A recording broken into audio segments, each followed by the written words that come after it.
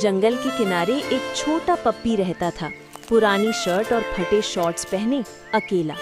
कोई उससे बात नहीं करता था। एक दिन उसने टोपी और जैकेट पहने एक खरगोश को जाल में फंसा देखा। डरते हुए भी पप्पी ने हिम्मत की और जाल काट दिया। खरगोश आजाद हो गया। कुछ दिन बाद तेज बारिश में पप्पी रास्ता भटक गया।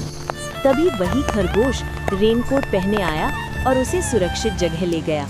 दोनों की आंखें नम थीं। उन्होंने समझा, सच्ची दोस्ती कपड़ों या हालात से नहीं, दिल से बनती है।